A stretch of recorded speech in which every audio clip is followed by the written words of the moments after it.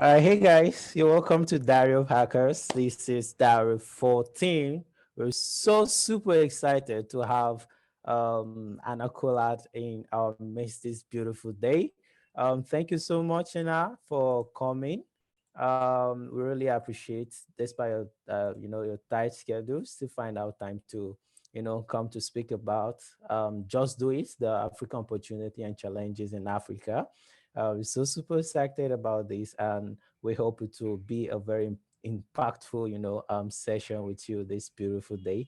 So this is Diary of Hackers. We are a community of cybersecurity enthusiasts, basically students in across Africa, and we're doing this to level up and meet up to the demand of the skill shortage of cybersecurity industry in across the globe. Yes, you agree with me that there have been a lot of um, shortage in the field of cybersecurity. So this is an initiative that tends to bridge the gap between the experts and the enthusiasts, so we could learn from your experience and up we go.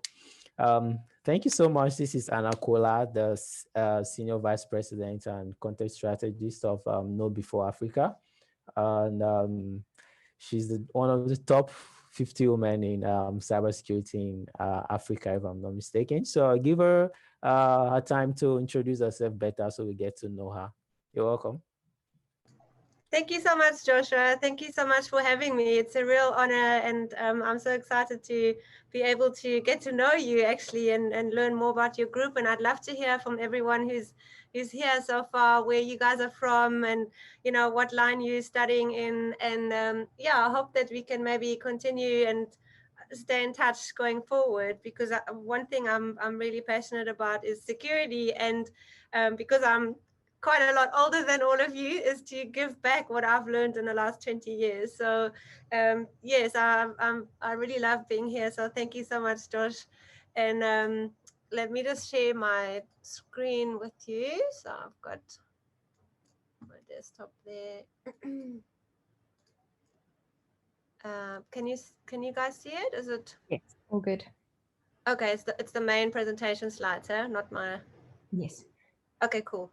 So all right. So again, thanks very much from my side.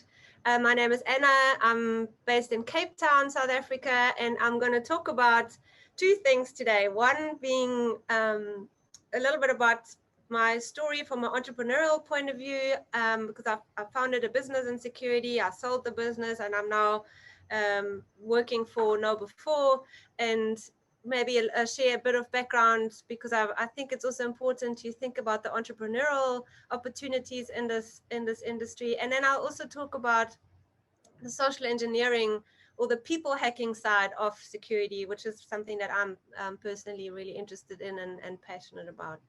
So thanks, Josh, for the kind introduction. I'm not going to bore you guys with too much, other than um, the fact that I have nearly 20 years experience. I started out as I actually studied, funny enough, I studied a BA in economics. I didn't do a technical, I didn't have a technical background, but I ended up writing my thesis in information security, and that's how I got into it from a business point of view. And then I worked for a large ISP and sort of in network integrator called Dimension Data, and that's where I learned a lot, and worked with the engineering teams and specialized more in security architecture and security consulting, and then eventually started my own business in security awareness or sort of training.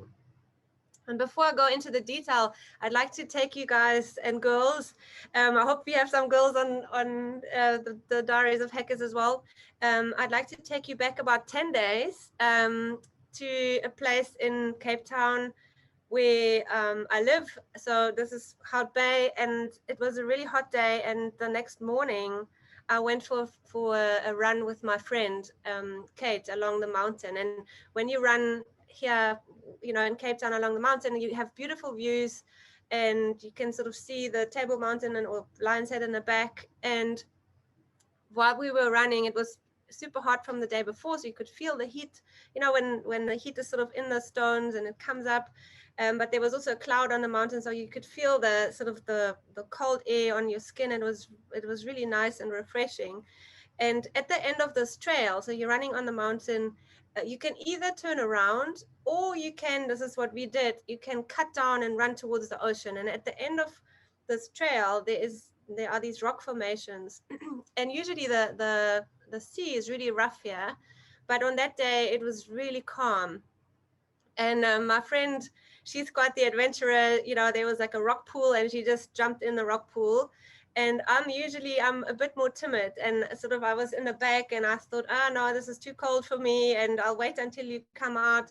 But then I remembered saying that, you know, in the old age homes, they asked the old people on their deathbed what they were regretting the most. And the thing that they said they were regretting the most wasn't the things that they did do, but the things they didn't do. So I remembered that quote, and I said, okay, you know what? I'll probably regret not going in that pool.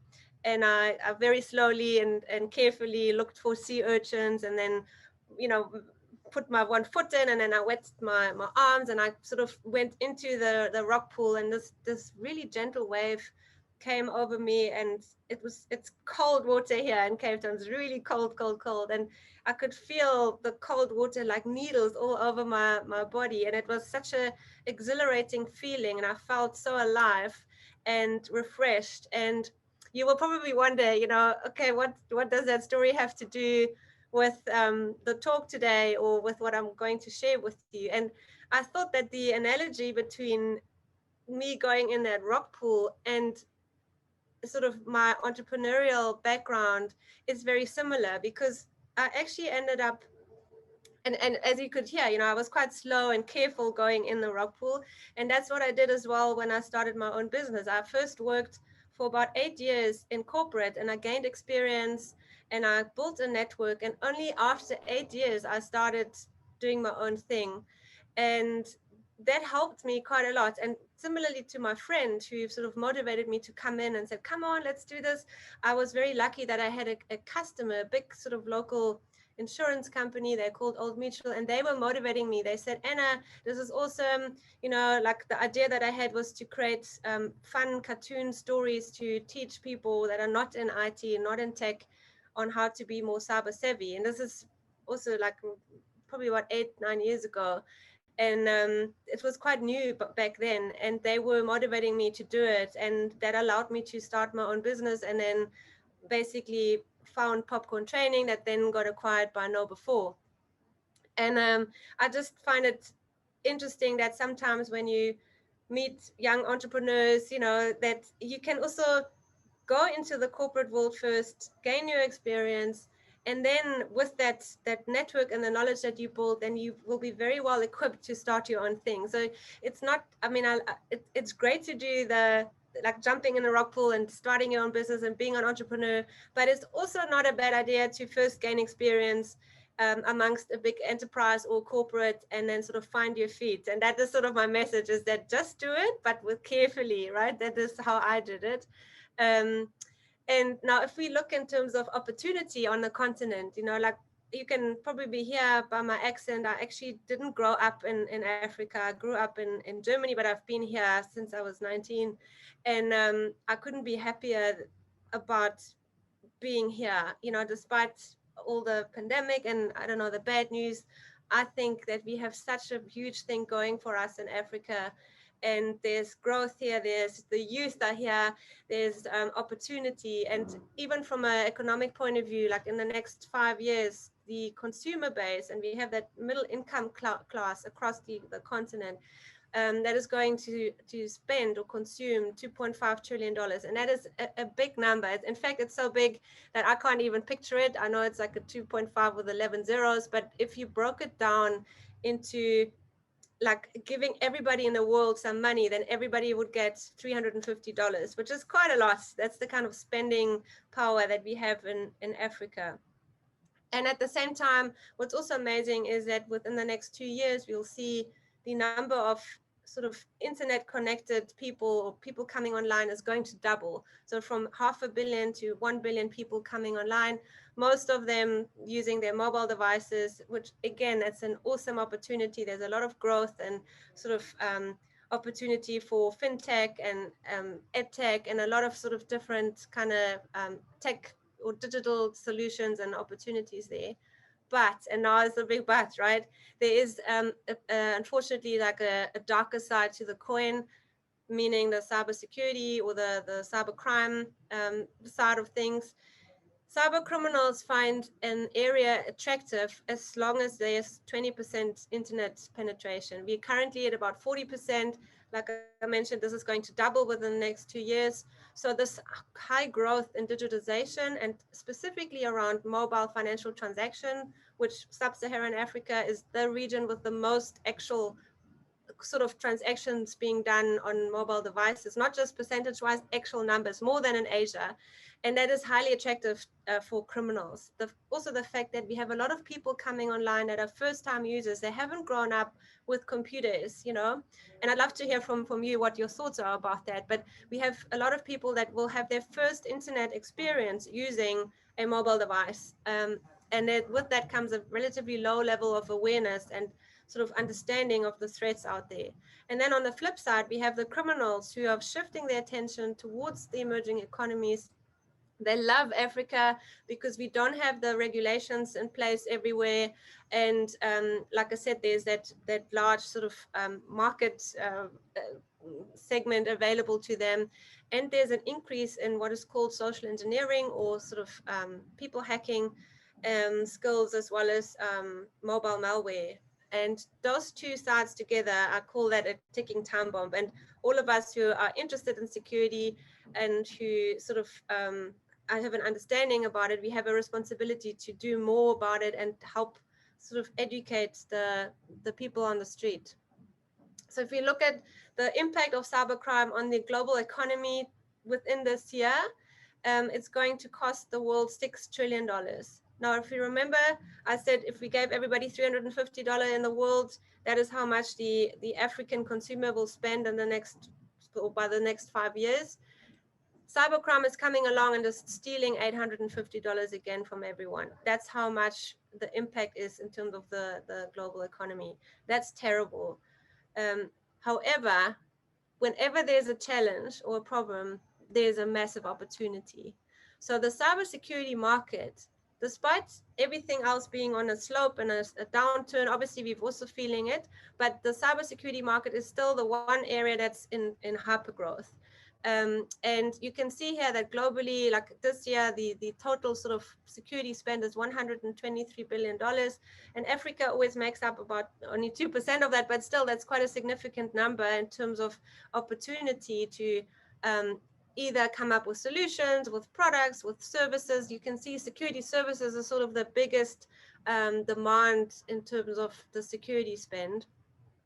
And that, you know, as young people, it's such a cool thing to get into because it means, hey man, that's the one area where there's growth and where we need people. And that is really the biggest challenge at the moment in the industry, is that there are not enough security skills.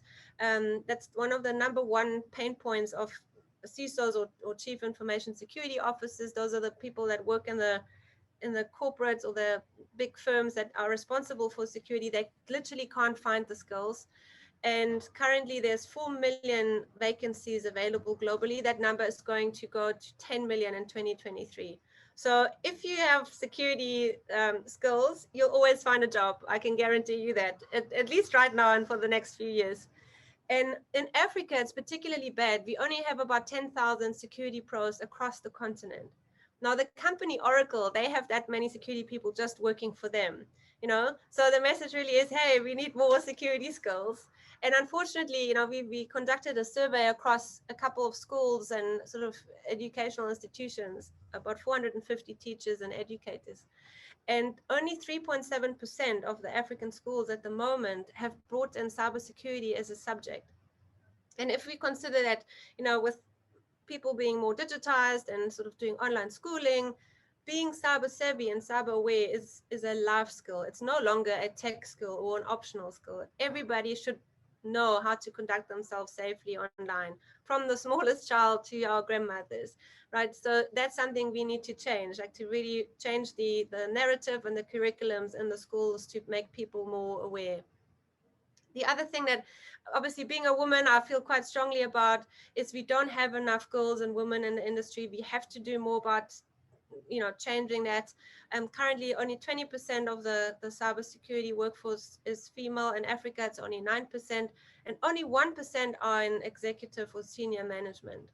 And then likewise, I also looked at sort of, the those are innovation hubs where entrepreneurs and investors come together, and they again only 85% are guys, and it's great to see innovation coming from the guys, right? But we have to make sure that we bring the girls in, and we don't leave girls and women behind. We need to make sure that they're equally that they have the equal opportunities in the tech sector.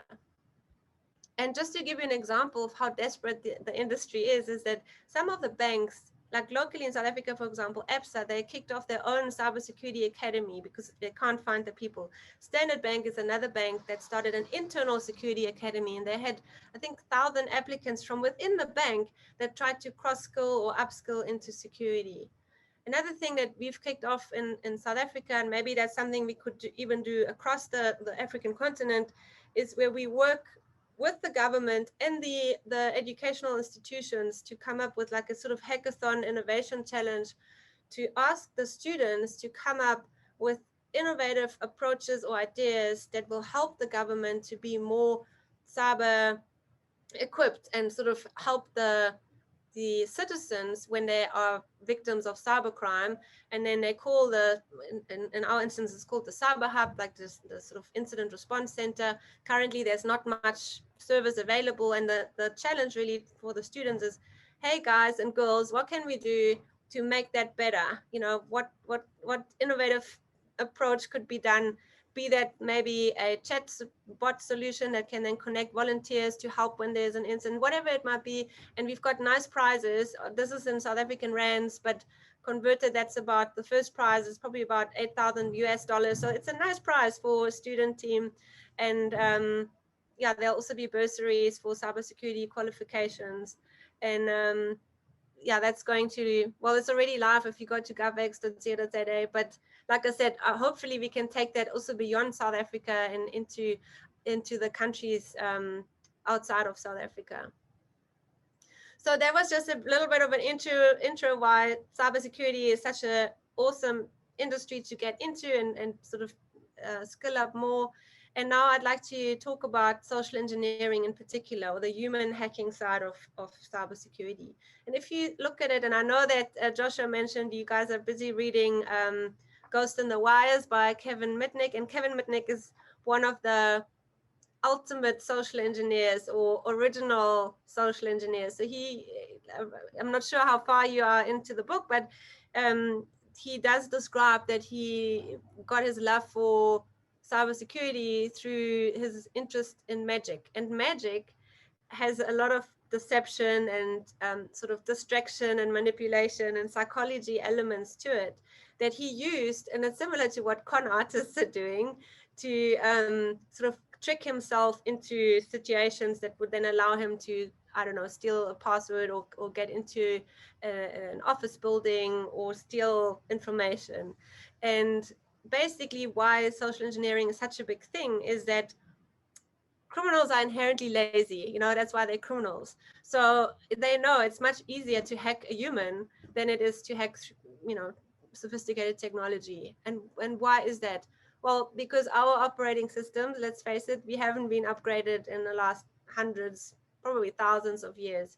We are emotional beings and we react when we have emotions. And the social engineers, they know that. And that's exactly what they play into. And if you look at, there's different definitions, but I like this one the best, which is by also one of the top social engineers, Chris Hadnagy. And he says, any act that influences you to take an action that may or may not be in your best interest, that is called social engineering. And why is that may not be or may in your best interest? The techniques that they use are also being used by really good salespeople, for example. And nothing against car salespeople, nothing wrong with that. But when somebody tries to like convince you or like sort of use persuasion techniques, those are the same techniques that social engineers are using, just that they're using it in the digital or in the cyberspace. So what it really is using the science or the art of manipulating our human brain by using psychological triggers and misdirection to get us to do something that will ultimately lead into a data breach or a scam. And before, I go into a little bit more detail here, it's important to understand how our operating system or our brains work. And we have in the front here, we've got what's called the frontal lobes, and those are our more modern that's the newer brain, where our logical thinking, our lateral thinking, reasoning, planning, all of that takes place in the front. And then in the back, we have what is called the more reptilian brain, or our older brain. And that's more instinctive and reactive. And in there, particularly, in the back, we have these two, they're about as big as a walnut, and they're called the amygdalas, or amygdala. And those are it's also called the fear center. And that is where our emotions are processed. And what happens when you are scared, or even if you feel really happy or flattered, what happens is that your emotions take over, and they basically hijack your critical thinking. And from a sort of evolutionary point of view, it makes sense. If we saw a snake, you don't want to think about it, you just jump away. But in a sort of cyber context, this behavior is really dangerous, because it means that when our emotions are triggered, we end up doing things that we wouldn't usually do if common sense prevails. So what social engineers are trying to do is they're trying to hijack our amygdala by using low-grade form of fear, flattery, greed, etc. And they do that through phishing, obviously through emails. Phishing is phishing over the phone. There's also smishing, which I'm sure you've seen over WhatsApp and sort of SMS. And then even in person. So that's your con artist that, for example, dresses up as a supplier and then tries to get into the company's office building, for example, or even the homes. And often when it's a more sophisticated attack, and I'm sure you'll read some of the stories that Kevin is sharing, it's a combination of all of those. And if you think about, cybercrime and sort of the impact during the pandemic, Interpol released a report just the other day, and phishing scams and social engineering is 60% of the kind of attacks that are being used are related to that. So it really is the number one problem in the cyber security space or area, has to do with social engineering and people hacking. And unfortunately, it's only going to get worse. So the bad guys are using technology that makes their jobs easier. So for example, they're using automation to do what is called the sort of reconnaissance work much more easier. So they use bots that will, for example, check you out on social media, and then they build automated templates that are based on your profile. And that again makes the target more likely to fall for it, because it looks relevant. The other thing that we've seen already being used is deepfake technology. So to give you another example there, the bad guy would impersonate the CEO of a company. Like they would send an email that looks like it came from the CEO, but then they would also leave a voicemail on the target's mailbox that is impersonating the CEO's voice using deepfake technology and instructing the person to do the payment as per the email. And you can imagine if you like a finance clerk, and then the CEO leaves a message on your phone that says, "Hey, I need you to do this urgently." Again, you're scared, you feel authority, you're quite likely to do it. And if we have time, what I'd like to do quickly is just give you an example of how social engineering is being used in a bigger attack. And I'm going to use Kevin Mitnick because that's the book you guys are busy reading. He actually works for KnowBe4. He's our chief hacking officer, or he was part of the founding members.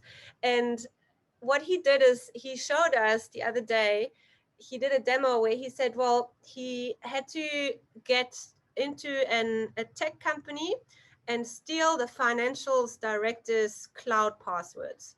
And now let's look at how he did that. So the goal was to get to the finance director and steal his passwords, because you can imagine as the finance director, he would have access to really cool systems, right? Like the banks and investments and etc. So that was his goal.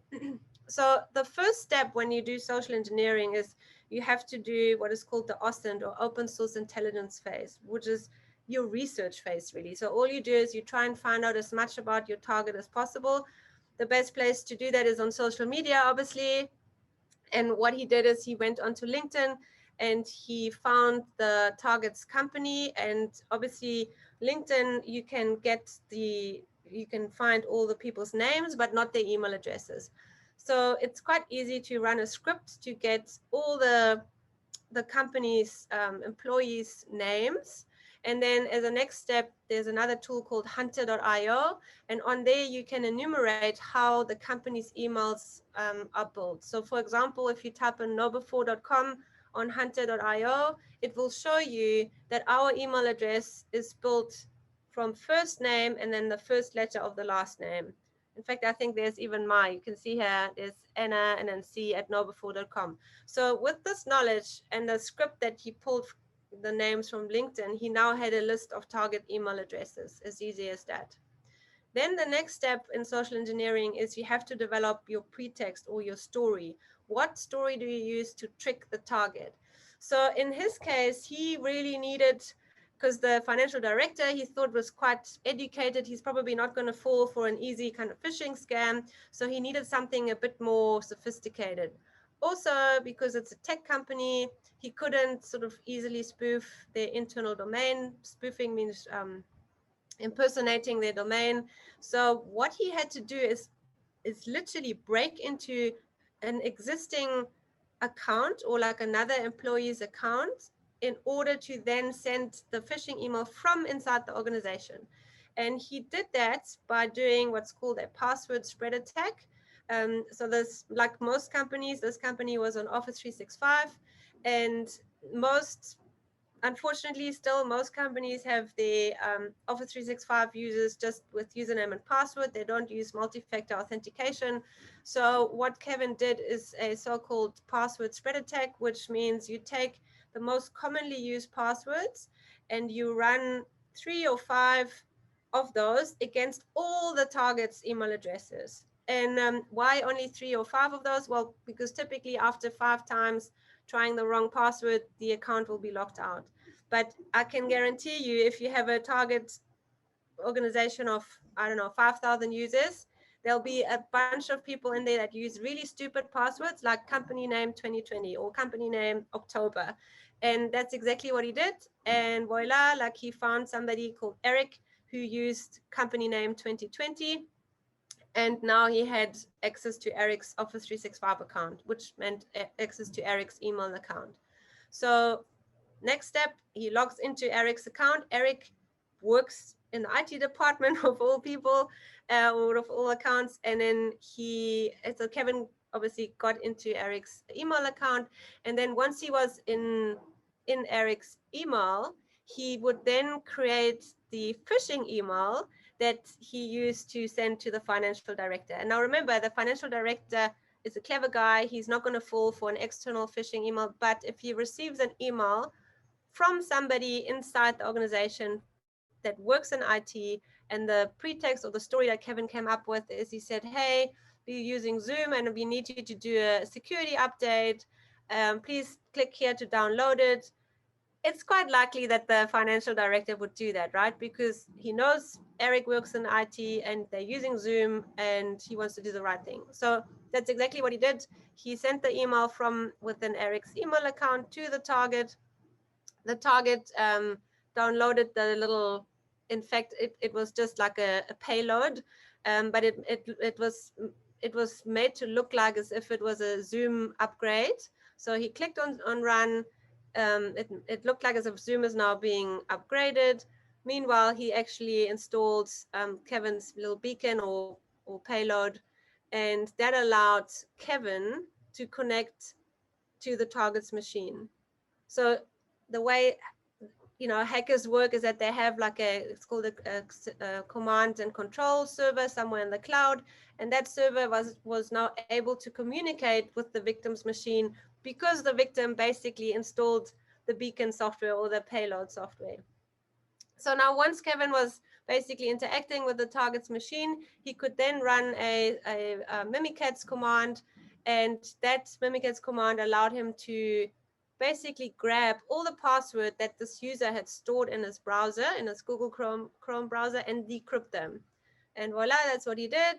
So he ran a little command, and then here are all the user accounts that the user saved in their browser settings. There's this Gmail account. I think there's this Netflix account. Not too much interested in that. His Apple account.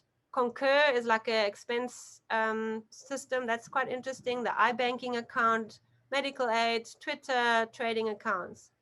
So you could see how social engineering was used in this hacking story to do two things. Like to first of all get into build the trust to sort of get the target to believe the story. So you build the trust, you create the pretext, the story, and then you use that to execute your attack and sort of take over the machine.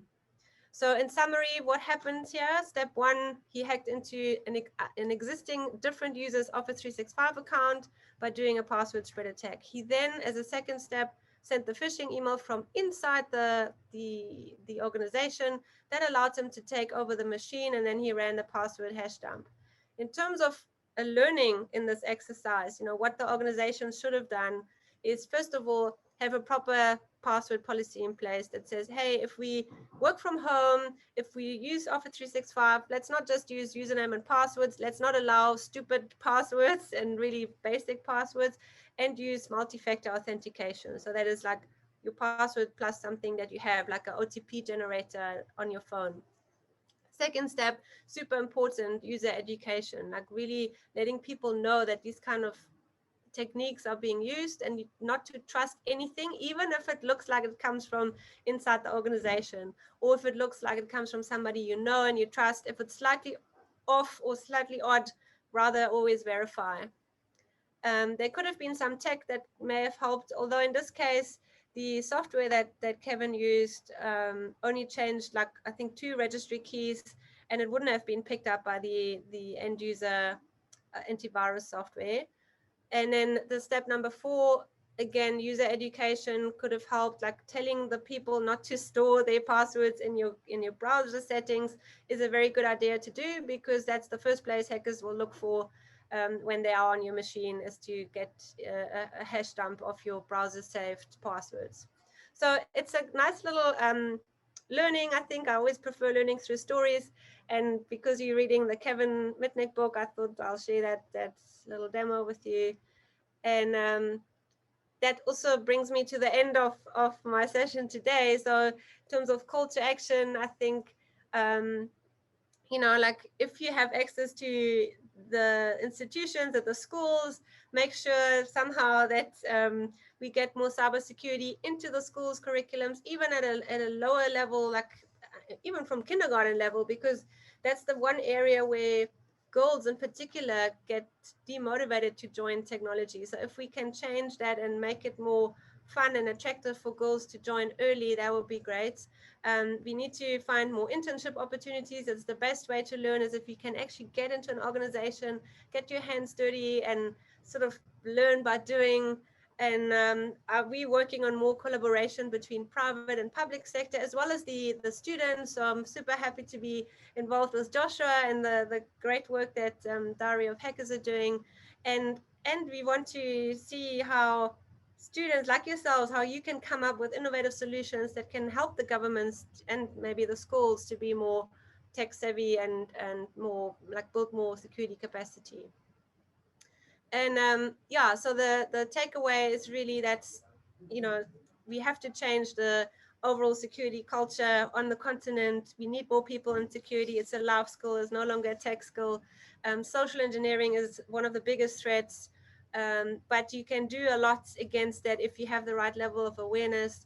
And yeah, at the end of the day, get into the rock pool, enjoy the journey. Cybersecurity is an amazing industry to be involved with. There's so much opportunities. You can go right down into ethical hacking and penetration testing, or more on the sort of architecture side or on the culture side. There's so many areas that you can stuck your teeth in, depending on what you're interested in. So yeah, just do it. That's my message. And please stay in touch. I'm on LinkedIn and Twitter. Happy to take some questions now. I'm going to have a look at the chat. And thank you again for your time. I really appreciate it. Okay. Hi. Thank you so very much. That was super amazing presentation by Nakola. Thank you so much for this Oh, thank you, Josh. great talk. So we enjoy the fact that we just have to do it, and people are having a burning interest and burning passion. But to some extent, there's no enabling environment like internship opportunities. Some organizations don't really have, interest in getting students for internship offer and all of that. Although we at Diary of Hackers will be doing our best to try to, learn from ourselves. We come together, do a cyber up, it's called cyber up series actually, where we learn social engineering for this week, probably DDoS for that week, and how to protect, our virtual lab actually, because we have to do it in a contained environment. So thank you so much, Anna, for your beautiful presentation. So I think we have a question by Odinaka Joseph. So guys, thank you for coming. I see Salau Abdul Malik, Oyeni, Ayokunle, Aziz, Busola, Chidi, Emmanuel, Goodness, Mary, Margaret, Alakposi. Thank you so much for joining. Umar Shehu and Peter. Thank you. I think we have some people also joining in from Kenya as well. So if you just take a look at the question segment, probably. Mhm. Yes, so I Okay. think, is it Joseph or Odinaka? I don't know, what is the first name. Yeah, Joseph Odinaka. Okay. Um, So Joseph was asking, thank you for the organizers, currently studying civil engineering, but I'm passionate about this career path and glad that the speaker had a similar background. Okay, awesome, Joseph. My question is, how can one be more secure and avoid falling short of these scams? I think the first step is educating yourselves and being aware of it. Like reading up on, you can follow a few really good security bloggers like Brian Krebs, for example. I follow him. He's awesome. There's a bunch of others, even Stu Sharman, who's at Know4. He brings out a daily kind of blog post that is really educational about the latest scams, and just sort of being in tune with what's going on. And then reading books like the Kevin Mitnick stories, that is great. And yeah, like listening to webinars, podcasts. There's the James Azar is a cool security podcast. It is. Let me just. I'm going to go to my podcasts now to show you what I'm listening to, and then maybe that will be helpful. I love podcasts, by the way. When I drive to work, it's such a good way to spend the time, and you Yeah. learn. Um, Let me just find it. Eh, the Cyberwire Daily. Oh, There okay. is Security Now, the CISO Talk, Hacking Humans, the Human Factor Security, Smashing Security. So the Social Engineer podcast is also really good, and I'm happy to maybe after the talk, Josh, what I can do is just send an email with the links to that, so you guys don't have to worry about taking notes. Um, Yeah. Oh, the next question is from Joel, I think. What are the recommended online cybersecurity schools?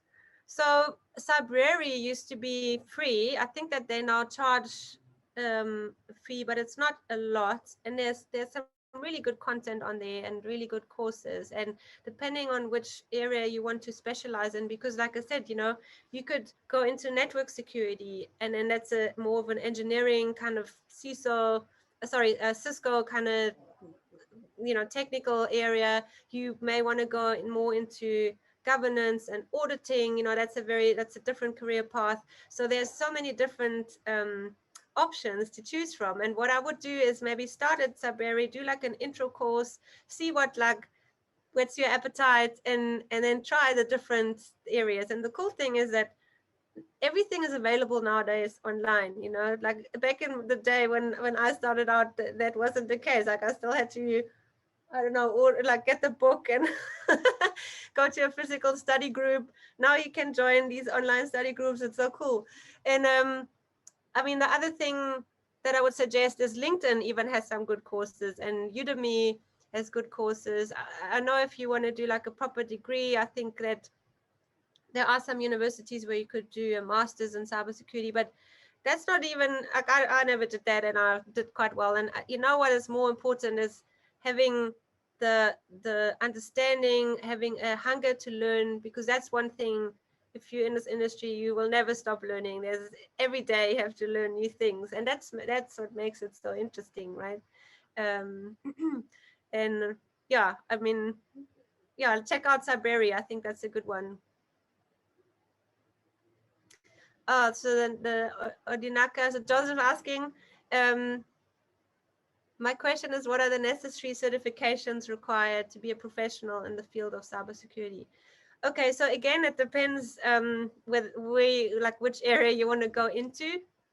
At the moment, and it's funny, I had a conversation with a gentleman yesterday, and if I had to start out again, currently there's a massive move to cloud. So all the bigger companies are going into the cloud, and they don't have enough skills in terms of the cloud environments. And it's not just one, like you have to be good in Amazon, you have to be good in Azure and Google. So if you can, that will be a definite job security. Is if you specialize, become a Azure security professional or Amazon security professional. There's a generic, I think it's called certified cybersecurity cloud professional. I would try and do that, because that actually, you have a job tomorrow if you have that, because everybody's in the cloud, right? And people do so many stupid things by putting all their data in the cloud, and they misconfigure it. It's not that the cloud is insecure. They have all the coolest security in place there, but the customers don't know how to configure it. So that would be, if I had to start out today, that I would definitely move into the sort of cloud architecture space. um, and then as a basic sort of generic security certification, but you will have to have 5 years of experience first, is the CISSP. That is sort of your ultimate, it's a certified information security professional. That is very good because it covers all the domains of security. But I would attempt to do that maybe after you've worked in it for, well, you're supposed to work in it for 5 years. So that's maybe more later down the road, but people will look for that kind of stuff. And then, I mean, to start out with, even if you do a security plus, I would rack up as many certifications as you can. I tried to do that when I was in my 20s. Every year I did one, and hopefully, you have a company that pays you for it. Try and work somewhere, and usually the corporates will pay for it, and then you just have to promise them to stick around for a year, So yeah, that's what I did. All right. Thank you so very much about that. So you can also check out podcast. This Darknet Diaries, I think, is a good one. So Yeah, we listen to it while also reading the Ghost in the Wire, so as to get a full picture of how social engineering works. Because a lot of these con artists use different techniques, and very simple techniques, and that's yeah. all. Yeah. So thank you very much, Anna, for this amazing time with you. I hope we've learned a lot. Yeah, we have learned a lot from it. So we hope to have another time and future collaboration on how to skill up, and we're the next generation of cybersecurity experts actually. So we need to get the experts to mentor us. So, and we're glad to have you in our midst. So thank you very much. So I think there's no more question. So yeah, so Diary of Hackers is an initiative, as I've said, of cybersecurity enthusiasts across Africa. So do well to join us and visit our website on diaryofhackers.com. You can also join us via the website. You can check us on YouTube. We have amazing guests we've interviewed so far. We hope to have a great guest. We hope to have Kevin Mitnick very soon. I hope Anna will get us to Kevin Mitnick I'll fast. try. You know what? He might actually, maybe he'll do it. Well, I will Yeah. definitely ask. So it's just a nice initiative, and Okay. I'm really privileged to be here, and I'd like to stay in touch with all of you. And I don't know, I Uh, would like to also find out how many of your members are girls. Do you have a couple of girls in the group? okay. Yeah. Yeah. So we gave you the statistics, so we could, you know, do such. Thank you so much. All right. I think that will be a bye from my end. Okay, Cool. guys. Thanks. Thank you guys for coming. Thanks, everyone.